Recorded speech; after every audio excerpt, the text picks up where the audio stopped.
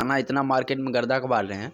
तीनों का नाम बता रहा हूँ। असली मुर्गा तो वो ट्रेंडिंग में चल ही रहा है। एक VR म्यूजिक से जो डबल खिड़की आया था, वो म्यूजिक सेक्शन में ऐसे कुछ नंबर पे हैं। अभी मैं फ़िलहाल एग्जैक्ट नहीं बता पाऊँगा, लेकिन वहाँ पे स्क्रीनशॉट लगा दूंगा।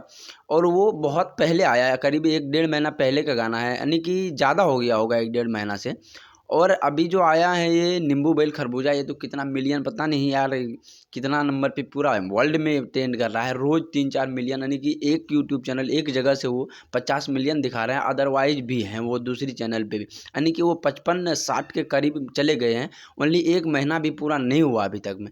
और अभी बीच में चर्चा चल रही है पवन सिंह को सनी लियोनी के साथ में 5 करोड़ की गाना आ रहा है। आप सोच सकते हैं कि एक पिक्चर में ये लोग 5 करोड़ नहीं लगाते हैं, लेकिन एक गाना में 5 करोड़ लगाए हैं। ये तो कतई फेक बात है।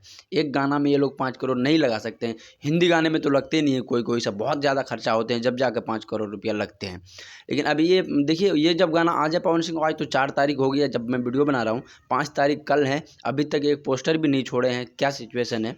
गाना आने के बाद ही ऐसा लगेगा कि नहीं, ये अगर खेसारी लाल को हटेगा अपना जगह पर से और ट्रेंडिंग के मशीन को, तो पवन सिंह का गाना अगर आ जाए जब ही हटेगा। लेकिन गाना का हटाने का एक ही कारण हो सकता है, उसमें सनी लियोनी है।